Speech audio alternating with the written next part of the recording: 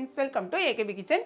இன்றைக்கி நம்ம கிச்சனில் என்ன பார்க்க போகிறோன்னு பார்த்தீங்கன்னா, அதாவது இப்போ உள்ள பிள்ளைங்களுக்கு இந்த ஸ்நாக்ஸ்லாம் தெரியுமான்னு தெரியல. இது வந்து நம்ம காலத்தில், அதாவது நம்ம காலம்னு சொல்ல முடியாது, எங்கள் காலத்தில், சரிங்களா? அந்த மாதிரி உள்ள டைமில் உள்ள ஒரு ஸ்நாக் தான் இது. வந்து செய்யக்கூடியது அரிசியை வச்சு செய்ய போகிறோம்.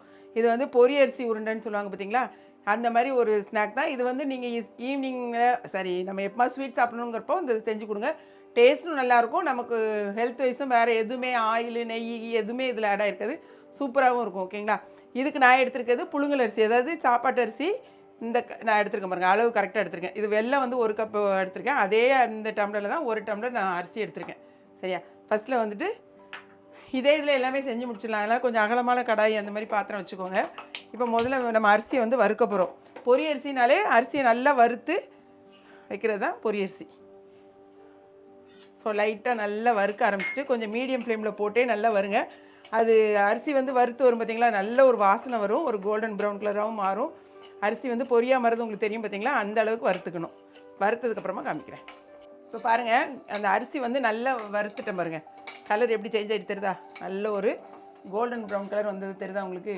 இந்த மாதிரி அரிசி வறுப்பட்டோடனே நம்ம வந்து, நான் இப்போ வந்து நல்ல ஸ்டவ்வை சிம்மில் போட்டு தான் நல்லா ஒரு 5 நிமிஷமாக வறுத்துருக்கேன். அப்படி வறுத்திங்கன்னா தான் உங்களுக்கு கரெக்டாக இருக்கும். இல்லைன்னு வச்சுக்கோங்களேன், டக்குன்னு கருகின மாதிரி ஆகும், பட் நல்லா இருக்காது. ஸோ இப்போ இந்த கொஞ்சம் லைட்டாக ஆற வச்சாலே போதும், ஒரு 2 நிமிஷத்தில் நல்லா ஆறிடும்.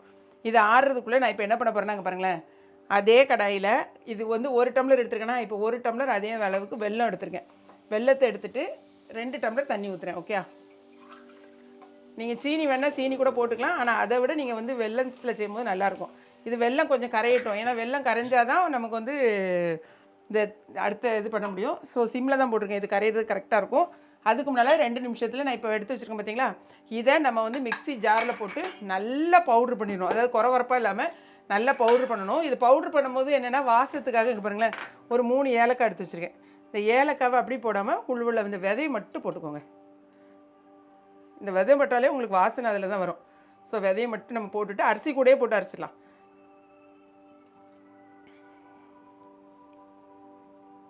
3 ஏலக்காய் எடுத்துருக்கேன். சரியா? இன்னும் ஒரு 2 நிமிஷம் ஆகட்டும். அரிசி கொஞ்சம் லைட்டாக சூடாக இருக்குது. அரிசி லைட்டாக ஆறினோடனே இதை தூக்கி இதுக்குள்ளே போட்டு நல்லா பவுட்ரு பண்ணி நான் எடுத்துகிட்டு வந்து காமிக்கிறேன்.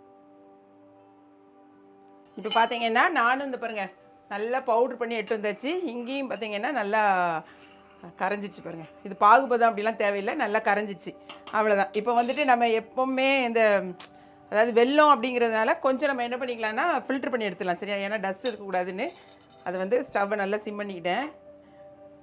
நீங்கள் சீனி போட்டிருந்தீங்கன்னா அந்த மாதிரி ஃபில்ட்ரு பண்ண வேண்டியதில்லை. இதில் எப்படின்னாலும் கொஞ்சம், ஐயோ,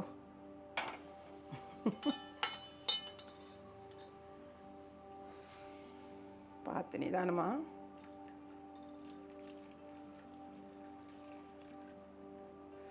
அவ்வளோதான். இதில் கொஞ்சம் டஸ்ட் இருக்கிறதெல்லாம் எடுத்துட்டு, அப்படி ஒன்றும் ரொம்ப இல்லை, நீட்டாக தான். திரும்ப இதே தண்ணியை தூக்கி அதுக்குள்ளே ஊற்றிக்கோங்க. வெள்ளைக்கரைசல் ஊற்றிட்டு, இது வந்து நம்ம அரிசி கூட நம்ம இப்போ என்ன போட்டிருக்கோம்னு பார்த்தீங்கன்னா, அந்த ஏலக்காய் போட்டிருக்கோம் பார்த்தீங்களா, சரியான வாசனை. இப்போ அதுக்குள்ளே போட்டுட்டு நம்ம சிம்மில் வச்சுக்கோங்க. நல்லா இது கொஞ்சம் லைட்டாக கட்டி விழுந்த மாதிரி இருக்கும், அதனால் நல்லா கைவிடாமல் கலக்கணும். நல்லா கொஞ்ச நேரத்துலேயே திக்காயிரும். இப்போ கொதிக்க ஆரம்பித்தோன்னே சிம் பண்ணி, இப்போ வந்து நான் ஸ்டவ்வை கொஞ்சம் சிம் பண்ணிக்கிட்டேன். இதை போட்டு நீங்கள் எந்த பண்ணுங்க,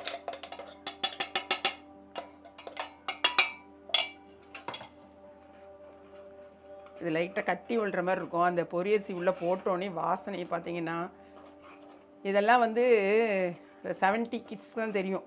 இப்போ உள்ள பிள்ளைங்களுக்குலாம் இதெல்லாம் நீங்கள் செய்வீங்களா, சாப்பிட்டுப்பாங்களான்னு தெரியாது. பட் நம்ம பழசுலாம் மறக்கக்கூடாது.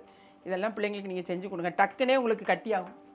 அரிசி மாவு பார்த்தீங்களா, அதனால் உடனே கட்டி விழுவும். கொஞ்சம் நிதானமாக வந்துட்டு இப்படி நீங்கள் இந்த கரண்டி வச்சு இப்படி மெதுவாக பண்ணி விடுங்க. நீங்கள் பயப்படலாம் வேண்டாம். அப்படி நிதானமாக கொஞ்சம் லைட்டாக மெதுவாக கிளறி விடுங்க. உங்களுக்கு அந்த கட்டி எல்லாமே தன்னால் உடஞ்சிடும்.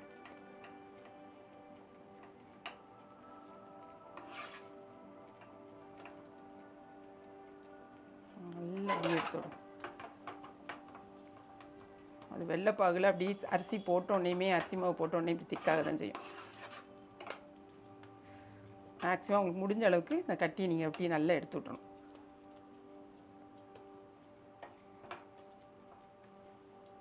ஸ்பேச்சுலாவே எங்கேன்னு தெரியல. ஸ்பேச்சுலா வச்சு எடுத்தால் ஈஸியாக இருக்கும்.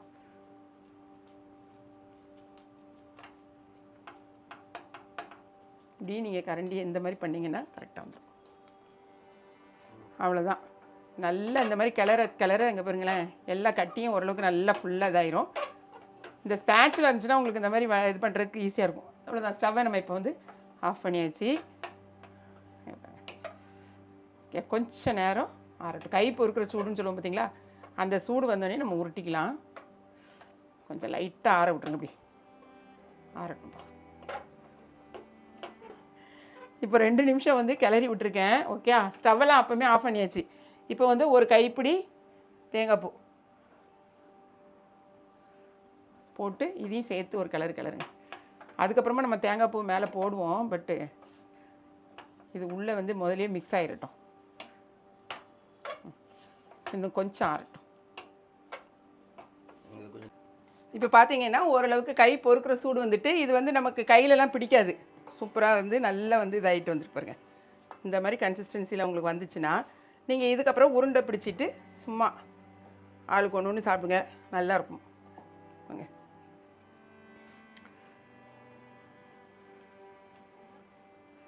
இது வந்து அரிசி தானே, அதனால் ரொம்ப நல்லாயிருக்கும். நல்லா உங்களுக்கு ரவுண்ட் ஷேப்பில் உருண்டை உருட்டிட்டு இன்னும் மேலே வந்துட்டு இங்கே பாருங்களேன், தேங்காய் துருவல் எடுத்து வச்சுக்கோங்க. இந்த மாதிரி தேங்காய் துருவலில் லைட்டாக ஒரு சுற்றிட்டிங்கன்னு வச்சுக்கோங்க. இந்த ஸ்வீட் யாரெல்லாம் சாப்பிட்ருக்கீங்கன்னு சொல்லுங்கள். ஓகே,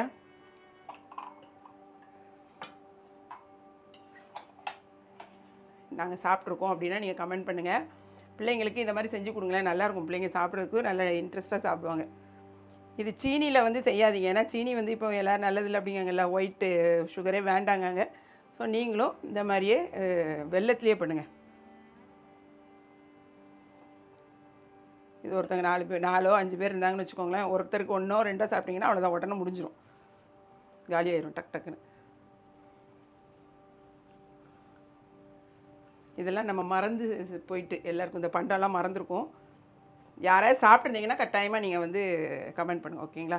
இப்போ பார்த்தீங்கன்னா கிட்டத்தட்ட ஒரு 3 9 10 உருண்டை கிடச்சிச்சு. சரிங்களா? ஒரு உருண்டை நம்ம டேஸ்ட் பார்த்தாச்சு. பாருங்கள், பார்க்குறக்கே உங்களுக்கு எப்படி சாப்பிடணும் போல இருக்கா? இது வந்து நம்ம இப்போ சூடாக சாப்பிட்றதுனால, அதாவது இப்போ நல்லா சூடாக இருக்குது, கொஞ்சம் உங்களுக்கு ரொம்ப சாஃப்டாக அந்த மாதிரி இருக்கும். கொஞ்சம் நேரம் கழித்து சாப்பிட்டிங்கன்னா கொஞ்சம் ரொம்பவே நல்லா கொஞ்சம் இதாக இருக்கும். பாருங்க,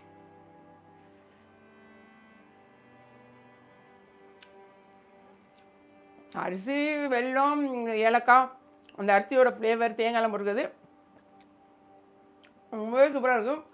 மத்தியானம் எனக்குலாம் சாப்பிட்டோன்னே ஏதாவது ஒரு ஸ்வீட் சாப்பிடும் போல இருக்கும். அந்த மாதிரி டைமில் இதெல்லாம் வந்து ரொம்பவே கை கொடுக்கும். இந்த ஸ்வீட்டை வந்து நீங்கள் எத்தனை பேர் சாப்பிட்ருக்கீங்கிறத சொல்லுங்கள். ஓகேங்களா? இதே மாதிரி நீங்களும் உங்கள் பிள்ளைங்களுக்கு செஞ்சு கொடுங்க. வீடியோ பிடிச்சிருக்கோம். பிடிச்சிருந்துச்சுன்னா லைக் பண்ணுங்கள். மறக்காமல் கிளாட் ஃபேஷனையும் ஏகேபி கிச்சனையும் சப்ஸ்கிரைப் பண்ணுங்கள். தேங்க்ஸ் ஃபார் வாட்சிங்.